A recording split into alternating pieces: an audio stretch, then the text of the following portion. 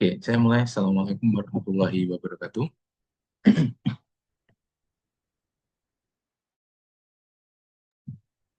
Oke, jadi saya akan kembali melakukan presentasi penjelasan di bab ke-12 mengenai pelabukan dan tanah.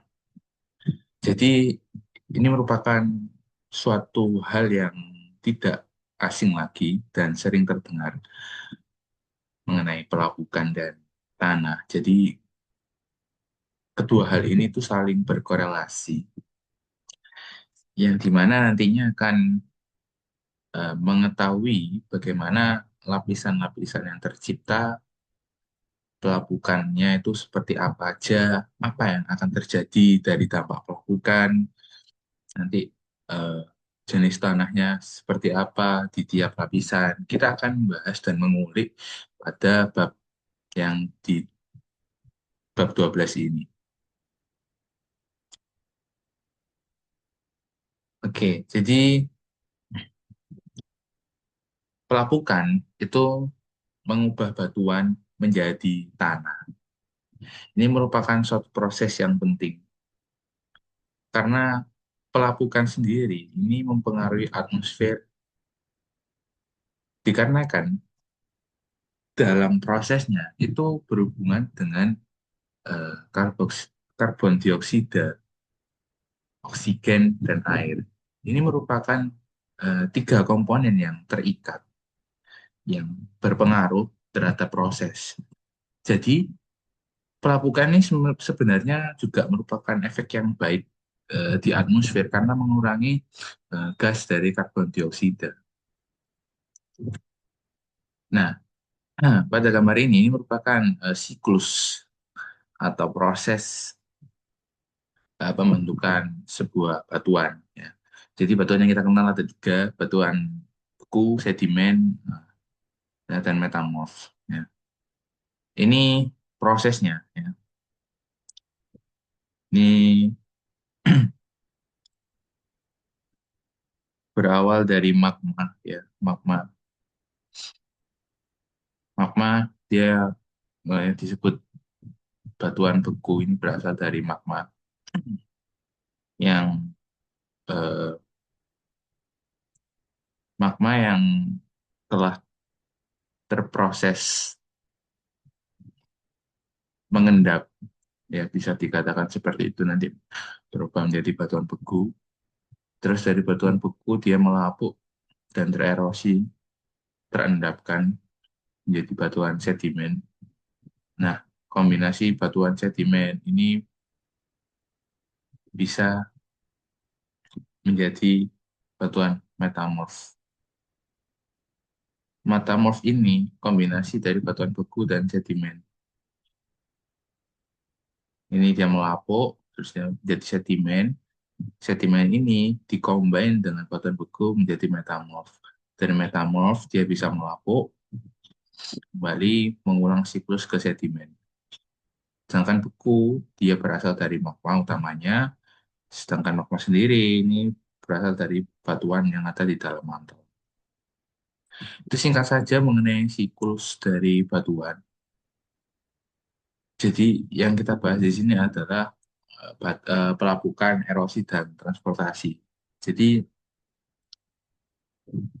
ini merupakan tiga komponen yang saling berkorelasi. Ya.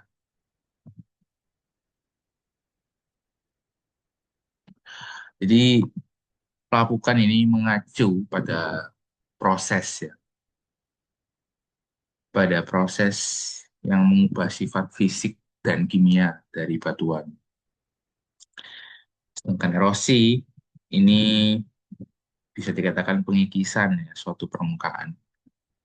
Juga transport, ya, transport ini bagaimana pergerakannya sebuah partikel atau sebuah fragmen untuk berpindah. Jadi pelapukan ini ada kaitannya dengan sistem bumi.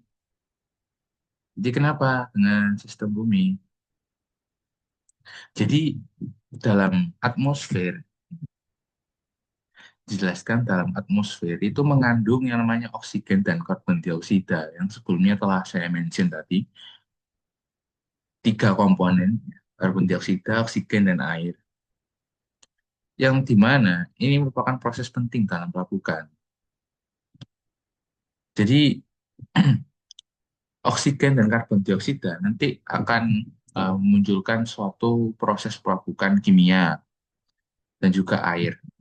Ini merupakan tiga hal yang merujuk pada pelapukan kimia secara kimia. Di pelapukan sendiri ada dua. Pelapukan dia ada dua. Ada pelapukan mekanis dan kimiawi, kalau tidak salah.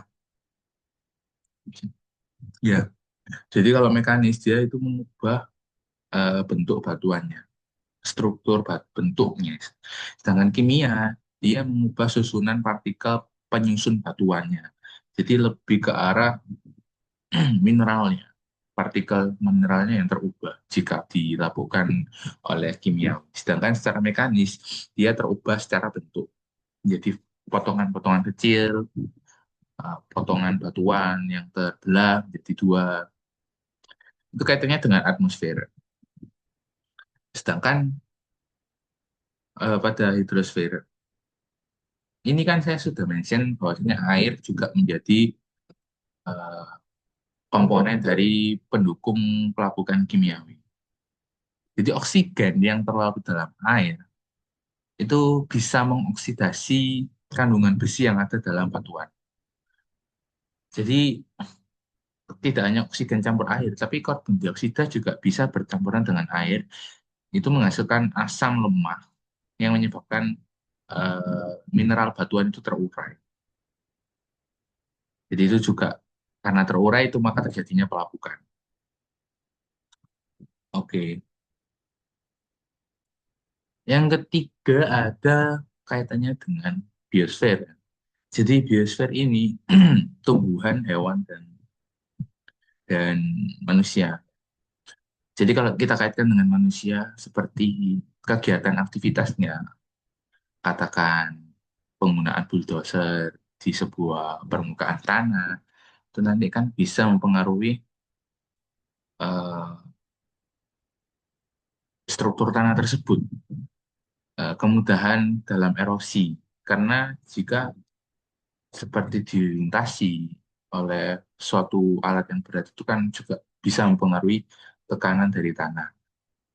Faktor lain juga bisa melalui cuaca.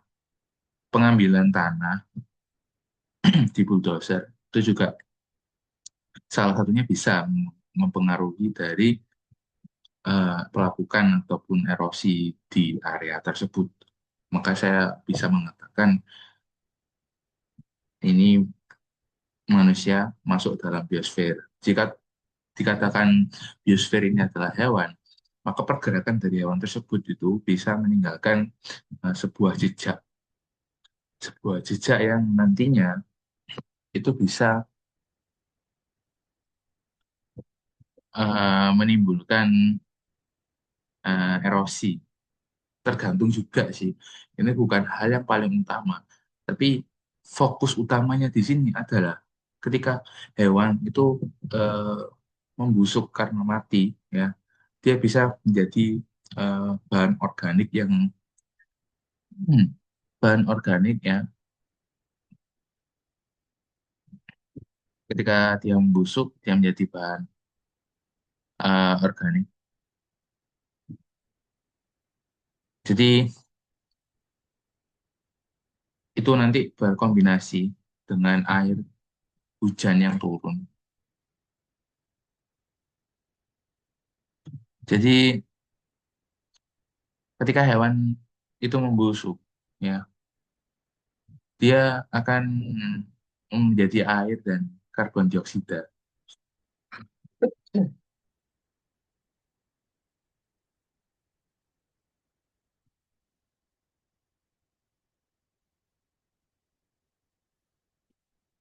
Jadi eh, ketika hewan dan tumbuhan itu busuk, dia itu eh, mati kan. Dia itu bisa menjadi air dan karbon dioksida. Penjelasannya itu seperti ini. Kenapa bisa ketika hewan itu mati membusuk menjadi bisa menjadi air dan karbon dioksida. Jadi itu berkorelasi dengan yang namanya air. Air yang di sini yang saya maksud adalah air hujan yang turun. Jadi air hujan yang sudah mengandung sedikit asam ketika dia turun di sebuah permukaan dan di situ terdapat hewan yang busuk mati, itu akan menghasilkan lebih banyak asam.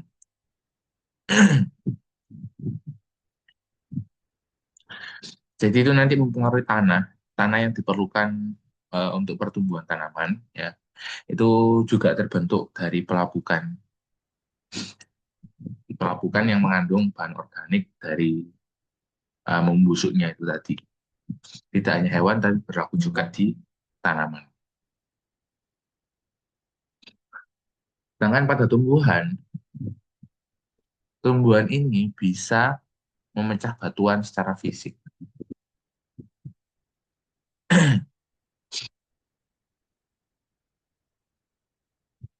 Kan saya tunjukkan melalui gambar. Jadi untuk gambar yang pertama, ini pelapukan secara kimia, ya, pelakuan kimia. Terlihat jelas bahwa perbedaan dua batu nisan ini karena berbagai faktor seperti air, zat-zat kimia, ya, yang menyebabkan pelapukan kimiawi itu terjadi. Dia berbeda ini, secara karakteristik sudah jelas. Dan ini pelapukan secara hmm, sama pelapukan kimia. Jadi eh, tekstur atau gambar bentuk dari wajah ibu, seorang patung ibu ini dan bayi, dia itu hilang, tidak terlihat jelas identitasnya.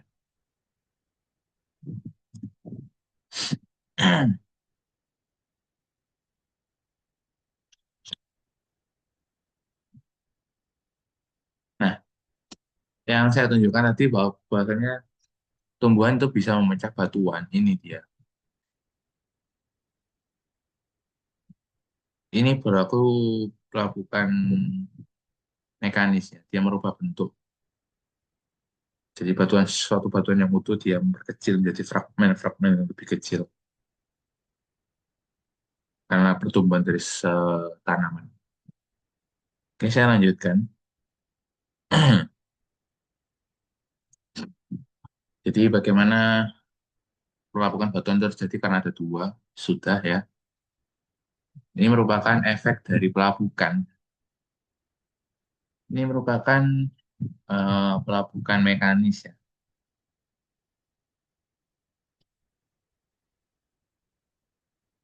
Di sini dia itu melapuk di area sudut-sudut.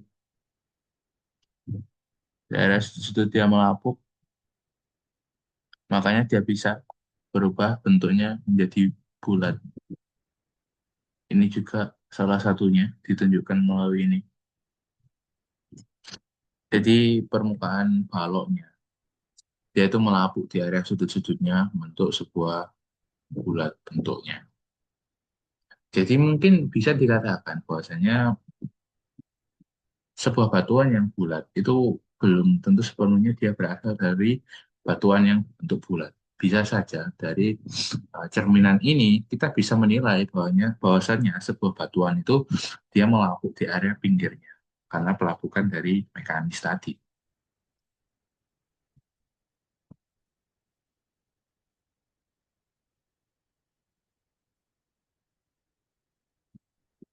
Jadi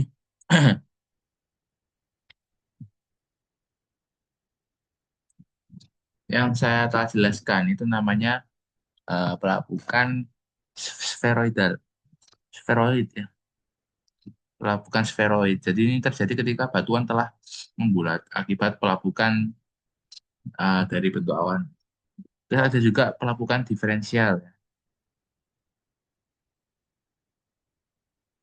Jadi pelapukan diferensial ini menggambarkan berbagai jenis batuan mengalami pelapukan pada tingkat yang berbeda. Ini dia. Ini merupakan kecenderungan sebuah batuan yang mengalami pelapukan di tingkat yang berbeda. Jadi,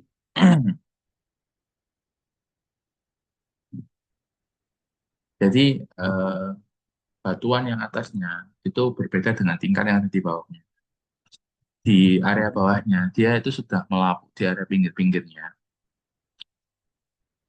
Mungkin untuk bisa membedakan ini pada sebuah batuan yang tersusun. Ketika batuan itu dinilai bentuknya sedikit eh, unik, kalau menurut saya itu unik ya, karena dia melapuk hanya di sebagian saja di area bawah. Itu melakukan diferensial.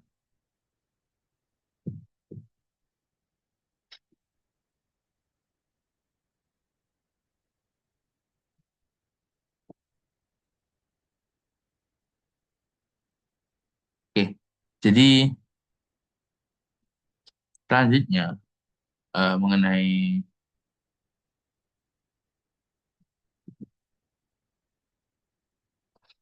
mengenai oke sebelum jauh mengenai pelapukan mekanik. Jadi dipengaruhi ada dua. Yang pertama adalah karena pelepasan tekanan. Pelepasan tekanan. Jadi dia eh, terekspansi di area lapisan atasnya.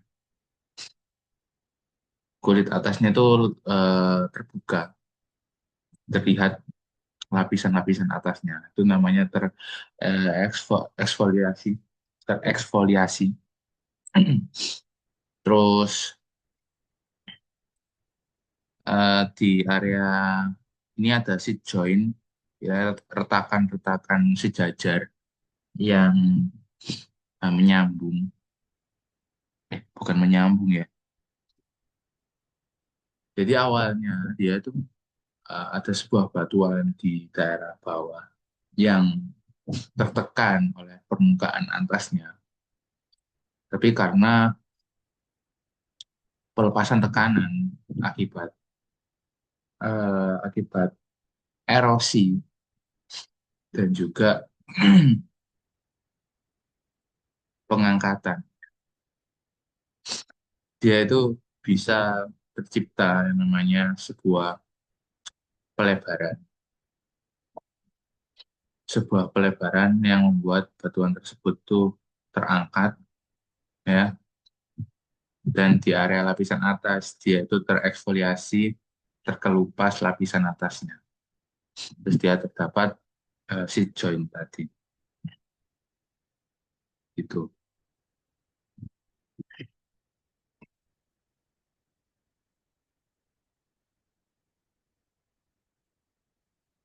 Jadi ada yang namanya eh,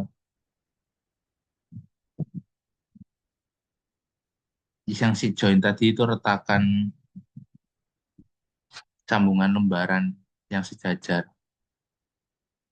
karena bagian luar batuan mengembang lebih besar daripada bagian dalamnya. Jadi dia membentuk retakan sejajar.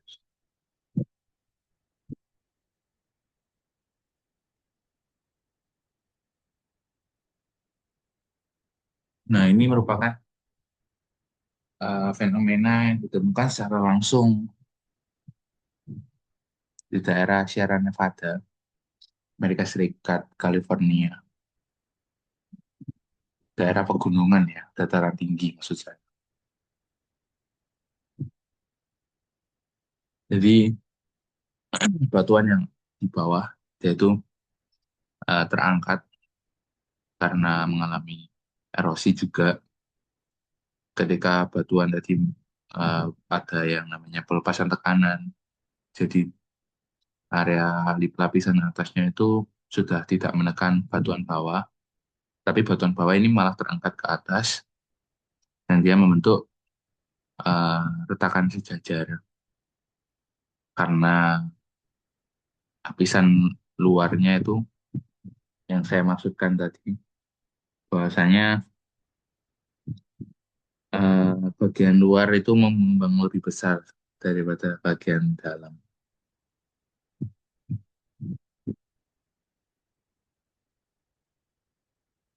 So, ini merupakan sebuah dome ya yang merupakan hasil dari pengelupasan eksfoliasi di daerah Yosemite National Park, California.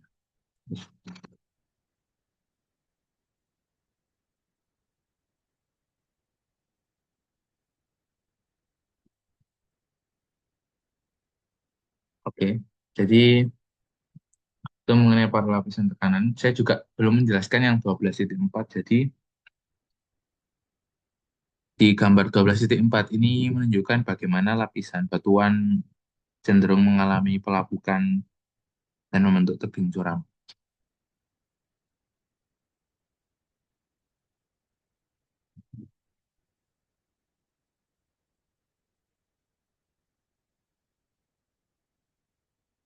Jadi ini merupakan sebuah sebuah hasil dari sebuah pelapukan batuan secara mekanik ya. Jadi daerah atasnya ini membentuk tebing curam, granit ya biasanya, batuan resistennya ini. Terus sementara batuan yang lunak dia membentuk sebuah lereng dangkal, lereng dangkal. Yang ini membentuk tebing tinggi karena perbedaan dari jenis batuannya, permukaannya.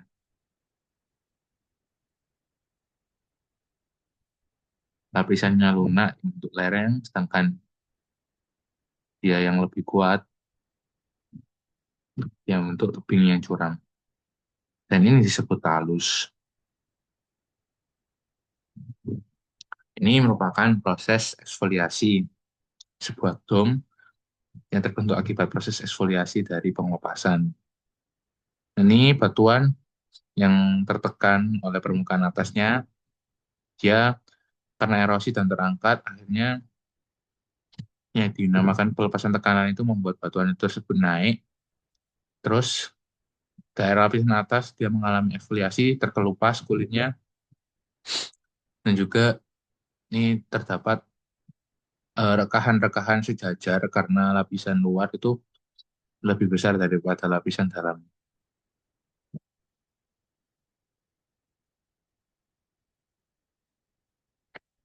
Pengembangannya lebih besar lapisan luar daripada lapisan dalam. Oke.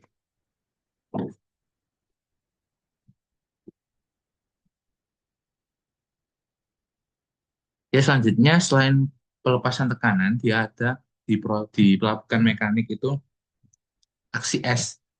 Jadi aksi es ini terbentuk ketika ilustrasinya itu seperti ini. Ketika sebuah air dimasukkan ke dalam freezer, dia membentuk sebuah es dan ketika es itu dibiarkan, ketika permukaan yang menampung es atau air tadi tidak tahan, maka memungkinkan sebuah tempat penampungan itu akan pecah. Sama seperti hal ini. Jadi ini terlibat yang namanya sebuah suhu yang mempengaruhi.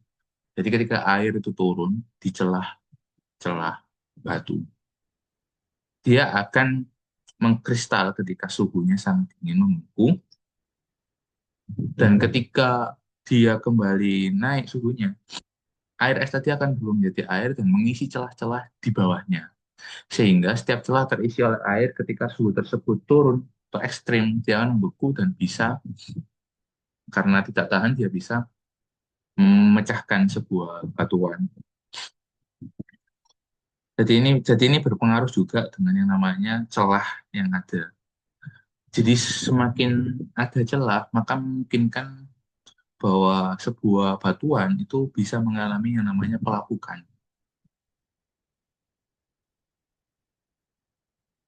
Ini merupakan contoh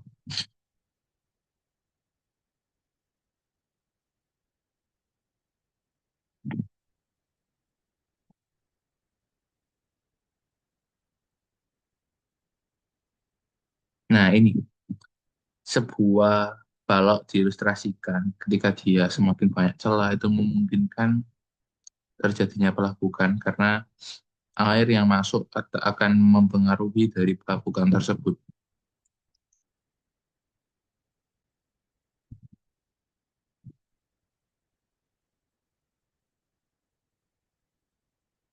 Oke, selanjutnya mengenai pelapukan kimia.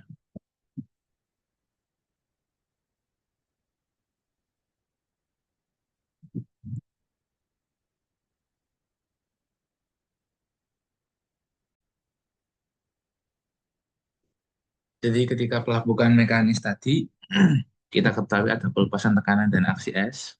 Nah, di pelapukan kimia, dia terlibat yang namanya oksigen.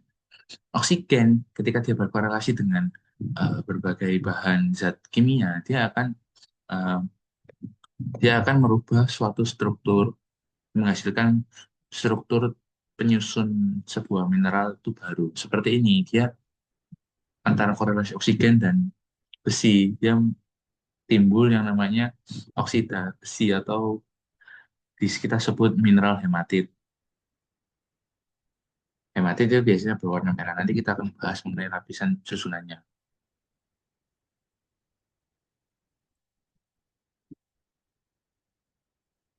Nah, itu untuk oksida juga dan besi. Tapi jika korelasi tersebut ditambahi dengan air, itu akan membentuk yang namanya limonit. Jadi limonit ini eh, ya gabungan dari oksida besi dengan air. Ya,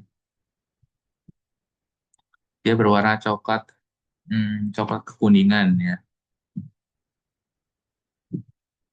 Ini oksigen ini berpengaruh dalam pelapukan kimia. Dan oksigen plus air dia akan menimbulkan suatu um, penyusun baru. Oksigen dengan suatu zat besi aja sudah menghasilkan oksida besi, mineral hematit. Jika tambah air dia bisa menjadi limon. Terus ada juga peran asam. Itu ini peran asam. Ya.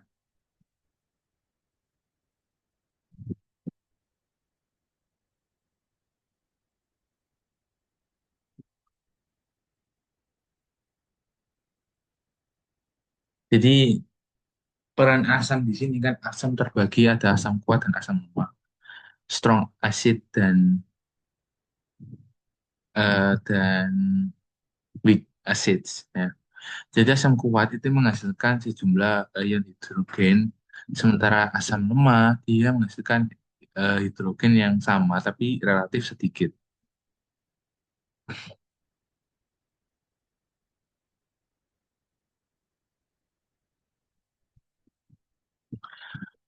Jadi ada beberapa asam kuat yang terjadi secara alami di permukaan bumi, seperti asam sulfat dan asam fluorida. Jadi kedua asam ini merupakan asam yang dipancarkan melalui banyak letusan gunung berapi. Tidak hanya melalui letusan gunung, tapi juga sumber mata air, sumber ya mata air panas ya.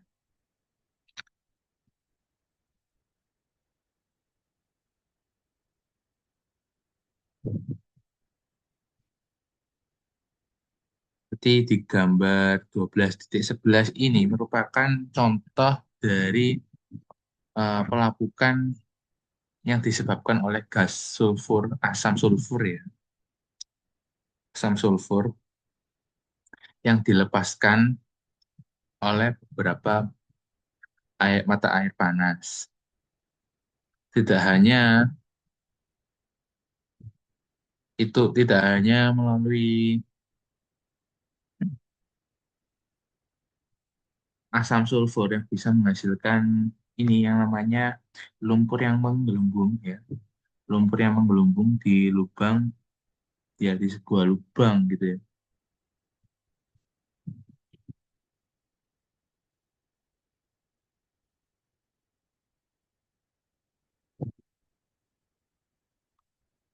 Jadi kita sedikit kembali bagaimana perubahan susunan atom itu terjadi juga karena ion-ion yang dilepaskan ya, seperti ion hidrogen di sini. Jadi yang hidrogen itu mengganggu susunan atom yang sudah tersusun dalam sebuah mineral, karena ion hidrogen bermuatan positif dan berukuran sangat kecil ini memungkinkan menggantikan ion positif lain. Makanya sebuah mineral yang sudah tersusun dari suatu zat, dia itu bisa terubah susunannya karena lepasan dari hidrogen. Ya. Karena hidrogen ini muatan positif dan ukurannya sangat kecil, jadi bisa menggantikan.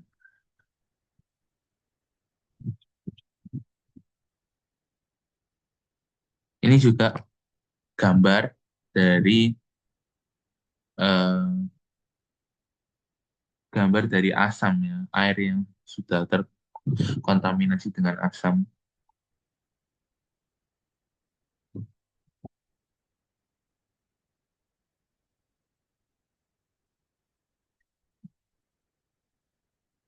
Jadi asam kuat maupun lemah itu sama saja, ya hanya saja yang berbeda itu adalah seberapa banyak asam yang dihasilkan. Itu saja. Ini merupakan drainase sebuah tambang, tapi dia sudah tercemari oleh yang namanya zat asam. Dan asam tadi kan kita nyebutkan ada yang namanya mengandung asam sulfat atau sulfur dan juga fluorida. Ini merupakan sebuah asam kuat. Jadi ini contoh secara langsung drainase yang ada yang mengalir, dia akan mempengaruhi lingkungan sekitar. Ini sudah terlihat mengkarat dan bisa membuat tumbuhan sekitar itu mati karena kontaminasi dari asamnya. Dan ini merupakan uh, persamaan kimia pelapukan. Jadi ada yang pelapukan karbon dioksida dengan air, ya.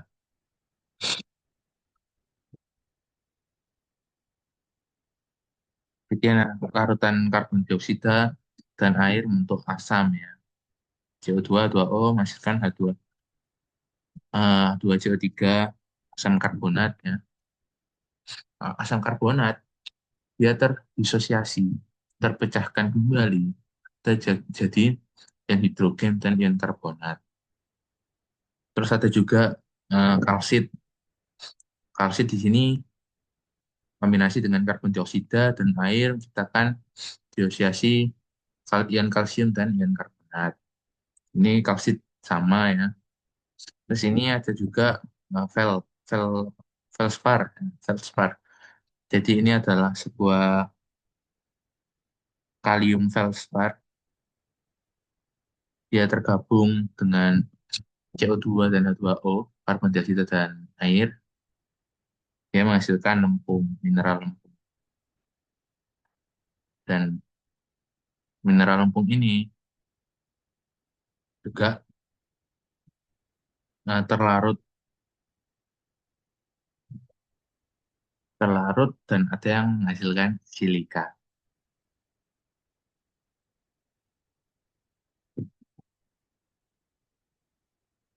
Ini merupakan sebuah persamaan kimia mengenai hasil pelapukan.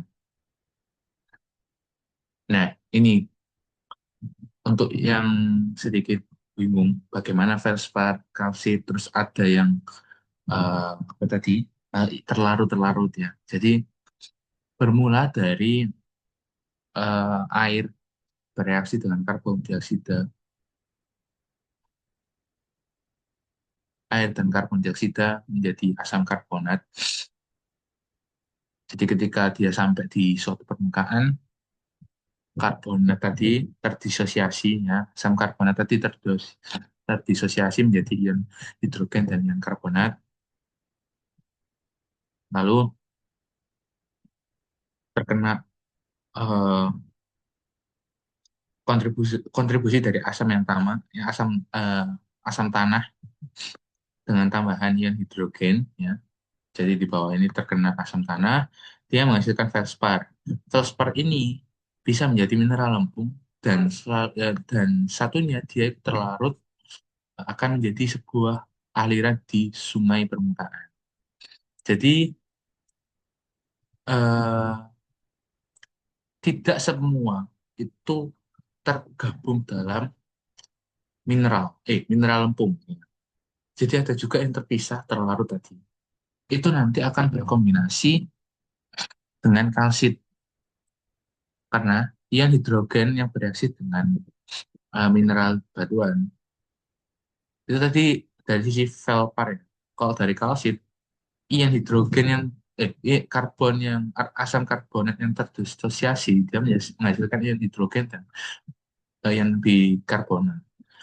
Terus dia menjadi bereaksi dengan ion hidrogen dengan mineral batuan dan dia sepenuhnya terlarutkan. Jadi tidak menghasilkan sebuah mineral kembali, tapi dia terlarut sepenuhnya dan bercombine dengan sisa dari feldspar. Nah, ini dijelaskan bahwa uh, chemical withdrawing of feldspar. Jadi ada yang tadi oksigen, peran asam, dan bukan kimia feldspar. Terus ada juga pelabuhan kimia mineral lain. Mineral lain.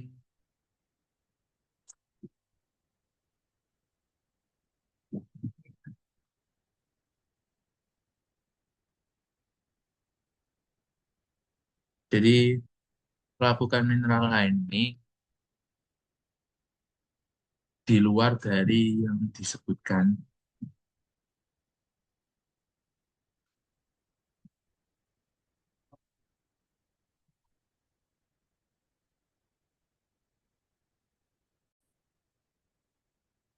Jadi pelabuhan mineral lain adalah yang namanya pelabuhan ferromagnesian or uh, dark mineral, mineral hitam. Jadi di sini adalah melakukan selain yang telah disebutkan, yang telah saya mention, bahwasanya semua zat ferromagnesian itu masuk ke dalam pelabuhan eh, mineral lain. Jadi perlu diketahui bahwasanya kerentanan mineral, ya, bahwasanya kerentanan mineral itu tergantung pada kekuatan ikatan kimianya. Ya. Ikatan kimianya yang paling kuat itu adalah kuarsa. Jadi kuarsa itu mineral pembentuk batuan yang yang paling sulit ya terhadap serangan pelapukan kimia. Dengan contoh lain, mineral ferromagnesian seperti olivin ya, itu kan mengandung ion bermuatan positif kayak Al, Fe ya, Si, G magnesium, Ca. Jadi kehadiran ion bermuatan positif eh, seperti itu tadi yang saya sebutkan itu kerentanannya itu rentan sekali dengan pelapukan kimia ya.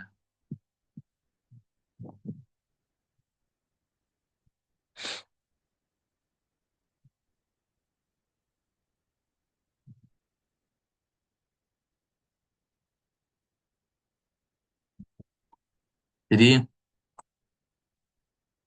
pelapukan kimia dengan kalau mineralnya ada susunan Fe, Al, Mg, Ca tadi dia itu lebih rentan.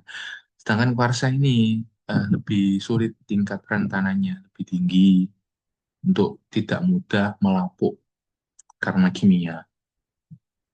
Jadi mineral lain ini adalah mineral yang di luar felspar, kalsit, dan tadi. Udah ya itu ya. Felspar, kalsit itu masuknya ke mineral lain. Di mineral lain ini seperti FeAlM, GCa itu dia lebih rentan terhadap pelapukan kimia dan kuarsa itu memiliki tingkat kerentanan yang tinggi jadi dia tidak mudah lapuk akan kimia. Singkatnya seperti itu.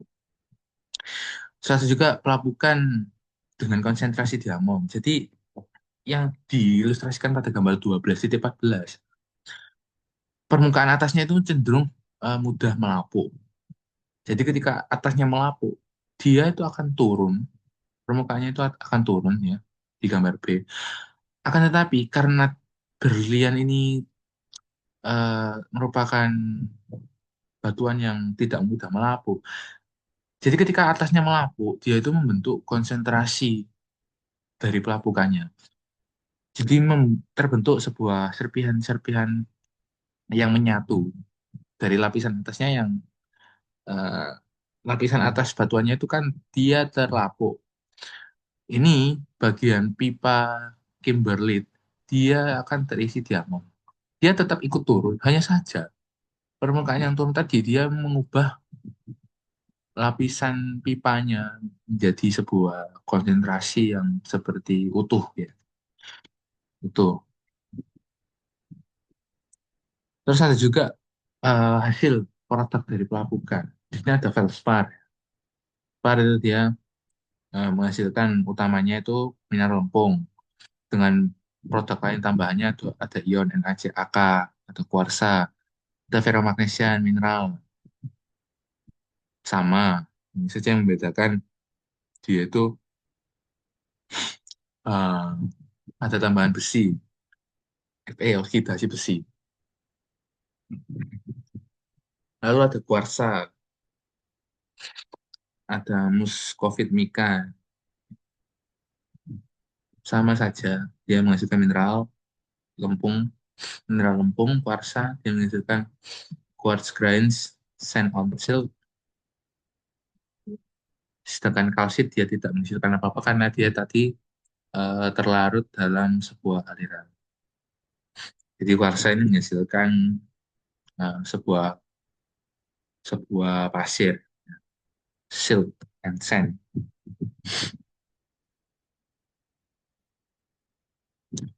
Jadi mineral lempung tadi dia eh, yang dia bereaksi dengan air. Nah, airnya tadi kan ada kalau dia kan bersama feldspar ya. Dia bersama feldspar kan membentuk mineral lempung. Sebagian mineral lempung kan tadi kan dia teralirkan, terlarut, gabung dengan kalsit. Sedangkan kalau sisanya yang bergabung jadi mineral lempung, itu ion yang terikat adalah ion positif. Sedangkan mineral lempung sendiri itu muatannya negatif. Jadi ion dari lempung negatif mengikat ion dari air yang positif.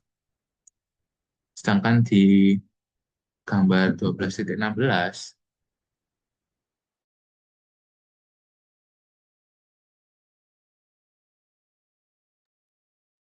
sedangkan di gambar 12.16, ini merupakan sebuah ilustrasi yang menggambarkan bahasanya di akar sebuah tanaman dia itu memiliki ion hidrogen H.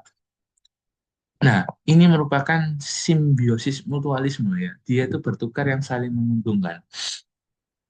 Bahwasanya ketika dia berinteraksi dengan mineral lempung, dia akan menukarkan ion hidrogen H ini dengan mineral yang ada di lempung. Jadi ini untuk kesuburan juga sama. Jadi makanya ada yang menyebutkan bahwasanya ketika lempung itu subur, ya memang benar. Di sini adalah bentuk implementasi secara langsung yang diilustrasikan pada sebuah gambar. Jadi melalui reaksi kimia yang tertukar, dia akan mendukung dari pertumbuhan si tanaman. Seperti itu. Nah, ini merupakan susunan lapisan di sebuah permukaan. Ini diilustrasikan ada sebuah tanaman, ya. Ini disebut paling atas adalah organik, bahan organik. Terus lapisan bawah tepatnya, bahan organik tadi sudah bereaksi dengan eh, mineral material. Terus mineral material tadi teralirkan ke bawah, lalu diakumulasi seberapa banyak mineral yang tertampung.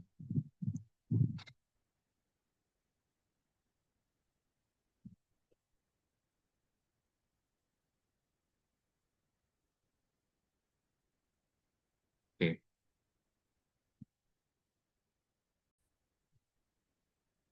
Saya izin shot ulang mengenai lapisan-lapisannya.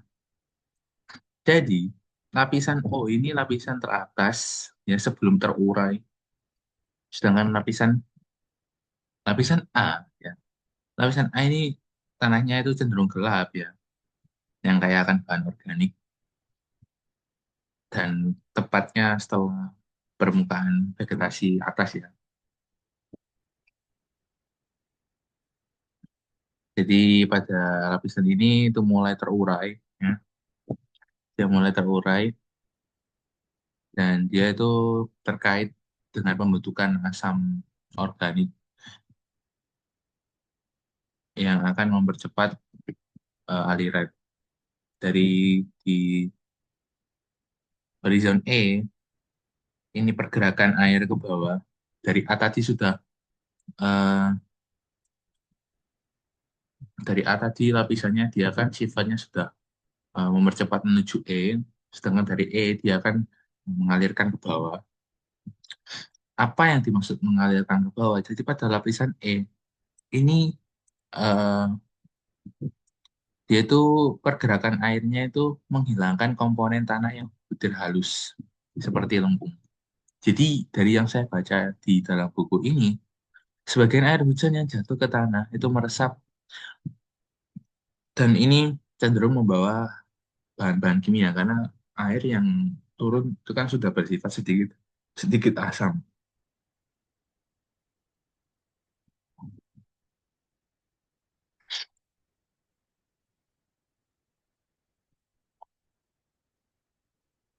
Terus di horizon B ini zona akumulasi ya, accumulation ya. Jadi ini lapisan tanah yang dicirikan sebanyak mana eh, lapisan yang tersalurkannya. Jadi ini diwarnai isinya itu mengenai ini warna hematit dan limonit. Hematit tadi ingat itu hematit antara oksida dan oksigen dan besi dan limonit itu dia tambahan dari hasil oksida besi dengan air ya itu. Dan di area C ini pecahan batuannya ya, pecahan batuan dasar.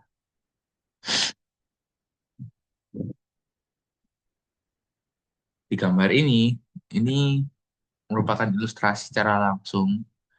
Jadi yang paling atas hitam ini dia adalah A, terus dia ke E, ini yang berpasir, terus dia mengalirkan ke bawah, dia ini adalah lapisan C.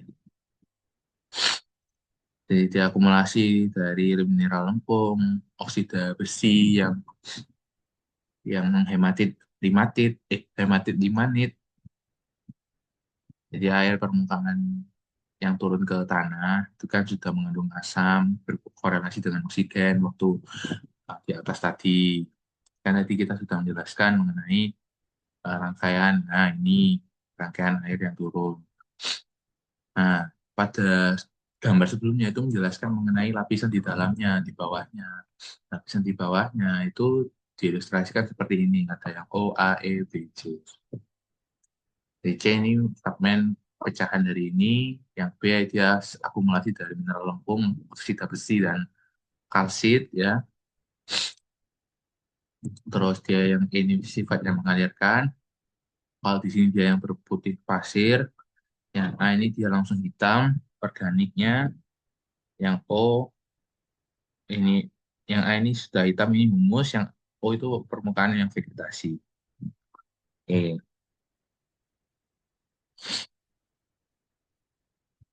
Jadi selanjutnya merupakan klasifikasi tanah.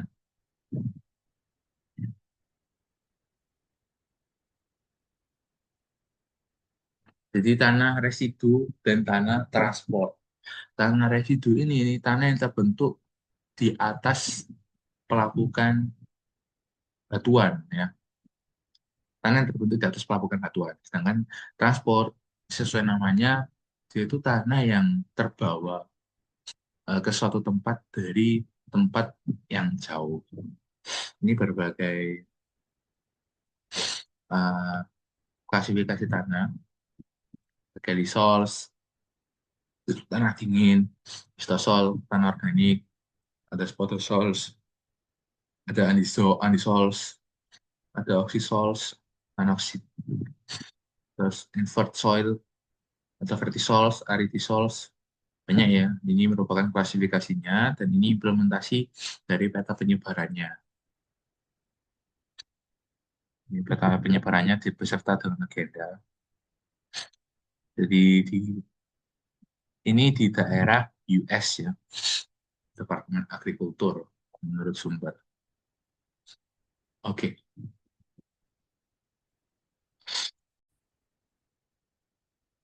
jadi selanjutnya mengenai tanah, bahan bahan material, bahan inti material, waktu dan kemiringan. Jadi karakter tanah itu sebagian bergantung pada bahan dari material daerah tempat tersebut.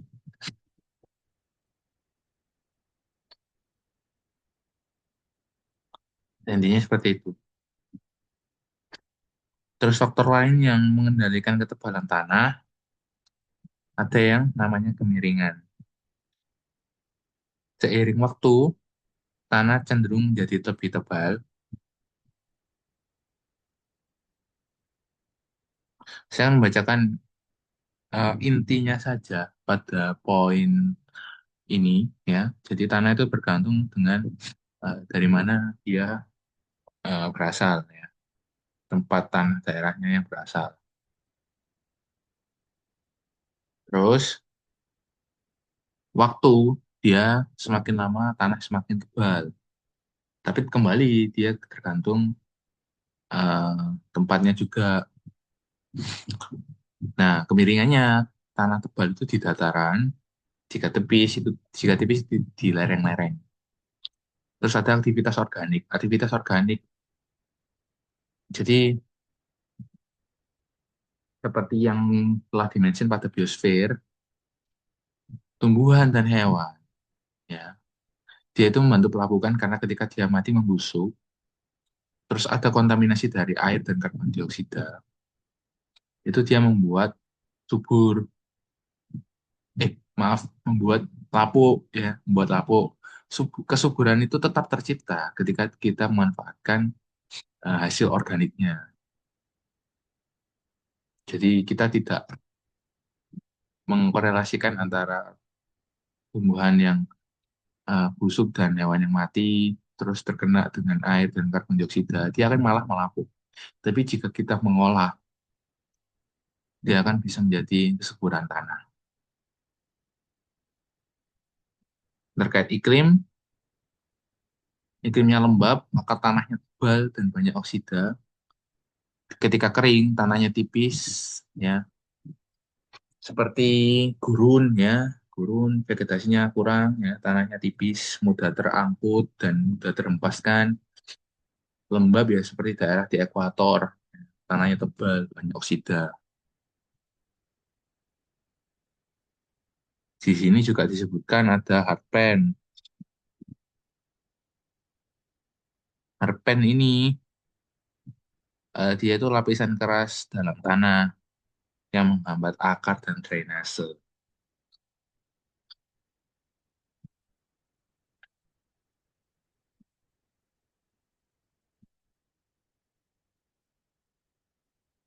Harpen ini yang menghambat akar dan drainase. Oke. Nah, pada gambar ini dijelaskan, bahwasanya kan tanah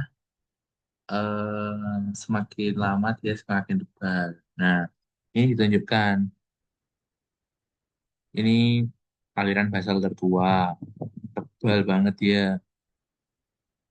Terus ini aliran basal yang lebih tua. Terus ini ada aliran basal muda. Ini tanah tipis. Ini tanah yang terkubur. Jadi ini merupakan tanah yang terkubur. Ini jika timbul lagi, dia akan menjadi tanah terkubur juga. Hanya saja ini masih tipis. Tanah terkubur itu ini. Nah, ini bukan di lereng ya. Ini cenderung ke lebih bukit. Kalau lereng ke di sini, dia lebih memiliki yang tipis. Tanah yang tipis. Makanya di area lereng-lereng itu mudah terjadi longsor karena dari karakteristik tanahnya saja dia sudah termasuk dalam tanah yang tipis. Tanah tebalnya ketika dia tidak dalam kondisi miring, oke.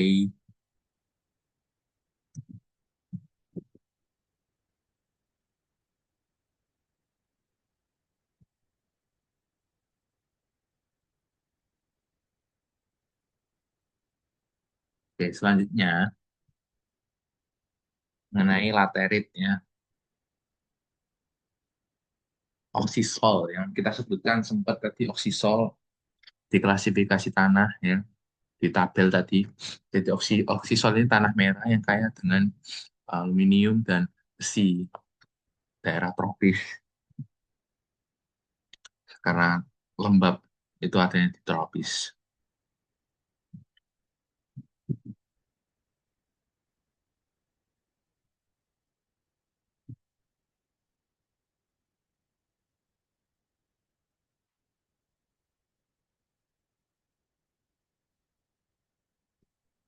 Oke, kita lanjutkan.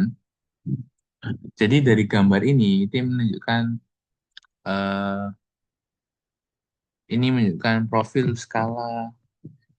skala air yang mengalir ke atas, yang menguap di bawah tanah dalam iklim yang lebih dingin.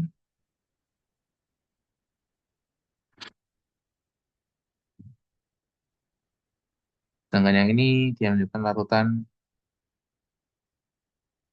larutan fonisol yang berkembang di tanah yang sangat basah. Oke,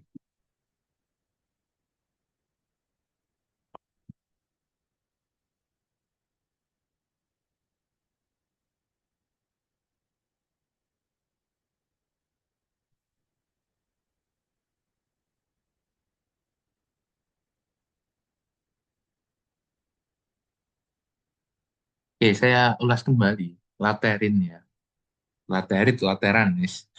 Jadi di wilayah tropis dengan suhu yang tinggi dan curah hujan yang tinggi juga, tanah yang eh, seperti warna merah ini yang namanya oksisol.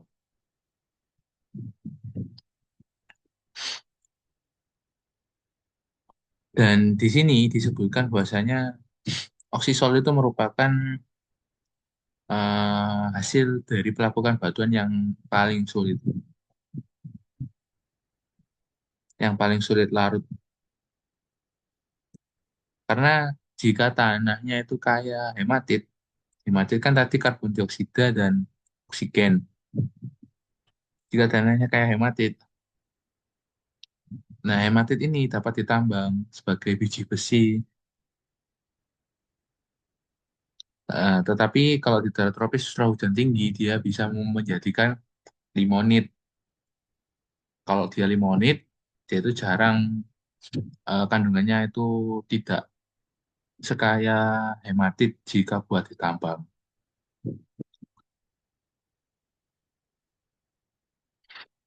Ini di area 12,21.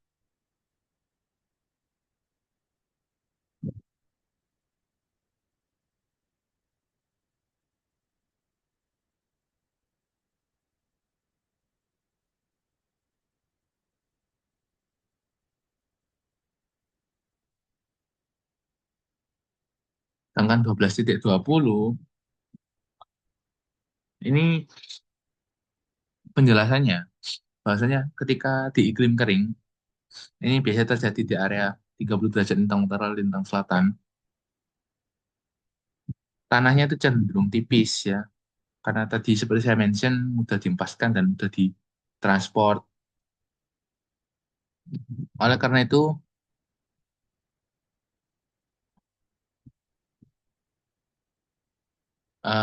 pergerakan dari air tanah ke atas di bawah permukaan itu juga sedikit. Nah, air tersebut ya ditarik ke atas itu oleh penguapan di bawah permukaan. Nah, penguapan air di bawah permukaan ini dapat menyebabkan hujan, presipitasi garam di dalam tanah.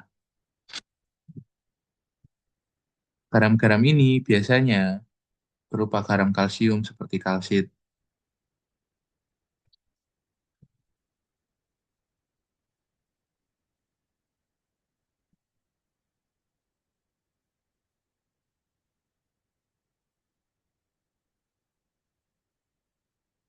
Jadi ketika penguapan air di bawah permukaan tanah, yaitu menyebabkan presipitasi garam di dalam tanah. Di dalam tanah ada garam-garam ini namanya seperti kalsit itu termasuk.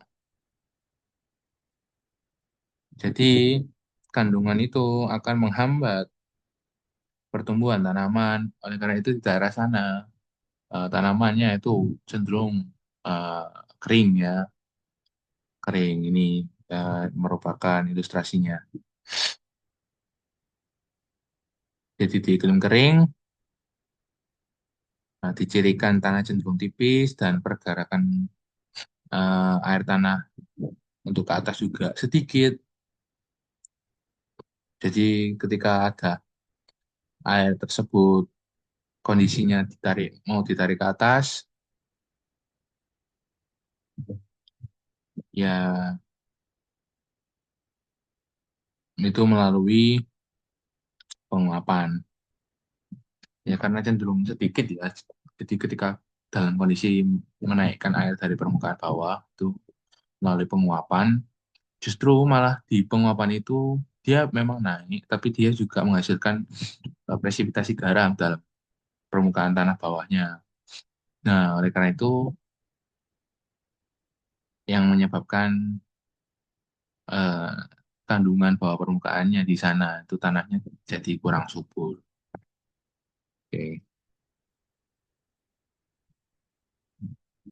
Ini 12,3 ini erosi tanah ya.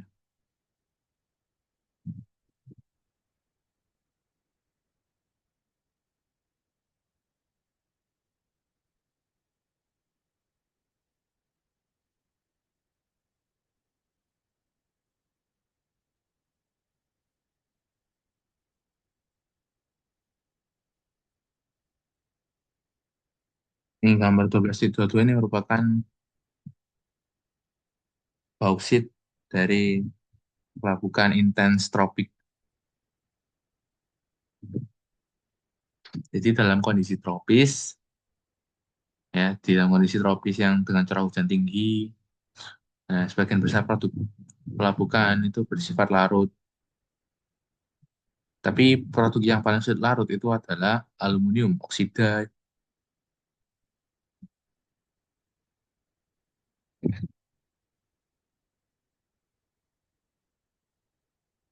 Aluminium oksida ini tetap, walaupun yang lainnya lapuk, dia paling sulit, maka dia tetap mempertahankan posisinya. Dia membentuk bauksit di tanah yang kaya, ini bauksit yang kaya akan aluminium.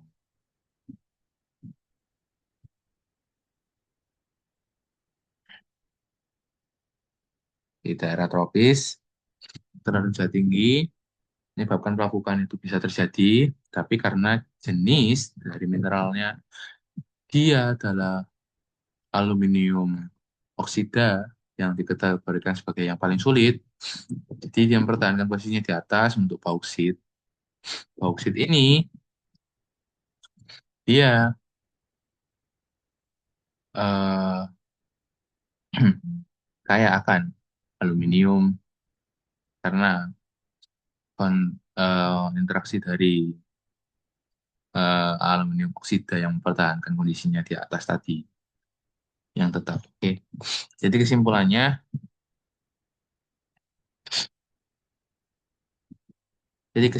adalah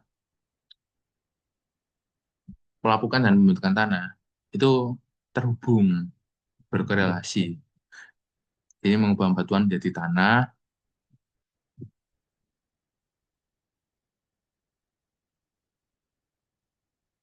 Tanah juga memiliki lapisan OAEB. OAE, OAE apa tadi ya? OAE, OAE BC ya. Oke, pada intinya seperti itu. Jadi eh, interaksi pelapukan dan tanah ini saling terkait. Jadi pelapukan tadi ada mekanis dan kimiawi. Pelapukan sendiri itu berkaitan dengan atmosfer, hidrosfer, dan biosfer. Jadi ini adalah komponen-komponennya yang akan menciptakan sebuah pelapukan. Pelapukan sendiri dibagi menjadi dua, mekanis dan kimiawi. Mekanis dia hanya mengubah bentuk, kimiawi dia juga mengubah struktural susunan mineral yang ada dalam batuan. Terus tadi ada efek dari pelapukan, ya pelapukan mekanis tadi bentuknya yang awalnya balok jadi bulat, terus tingkatannya ada yang namanya uh, spher, uh, spheroidal weathering dan differential weathering. Differential yang tingkat, spheroidal ini bentuk tadi, kalau tingkat tadi yang ini ya. Terus juga kalau belakang mekanis itu karena pelepasan tekanan. Pelepasan tekanan ini karena yang batuan terangkat ya, karena erosi dari pengangkatan pengangkatan dari bawah menyebabkan lapisan atasnya itu terkelupas, terjadi eksfoliasi dan ada retakan sejajar karena bagian luar itu lebih besar daripada bagian dalam. Oke, terus ini merupakan contoh langsung dari retakan sejajar itu si join ya ininya retakan sejajar itu. Terus ini adalah hasil evaluasi. Terus ini aksi S ya, yang sudah saya jelaskan tadi. Terus pelapukan kimia karena pengaruh dari peran oksigen, asam. Terus ini ada produk dari pelapukan, ya. Bagaimana pelapukan reaksi kimianya dari awal di udara hingga ke dalam tanah, hingga ke aliran apa yang terlarut. Terus ada juga pelapukan kimia diamond, ya, ya yang melapuk, tapi walaupun dia turun, dia tidak menghilangkan, tapi dia memperkuat konsentrasinya menjadi sebuah bentuk, ya. Oke, mungkin kiranya itu saja yang dapat saya sampaikan pada bab pelapukan dan tanah. Kurang lebihnya mohon maaf apabila ada kurangnya ataupun kesalahannya. Jadi mungkin dari apa yang belum saya pahami atau kurang maksimal ya, mungkin saya bisa menyampaikan dalam forum diskusi di kelas. Oke, itu saja yang dapat saya sampaikan pada bab 12 ini. Sampai bertemu di materi selanjutnya. Saya Haidar, Muhammad Haidarullah dengan NRP 006. Saya cukupkan. Assalamualaikum warahmatullahi wabarakatuh.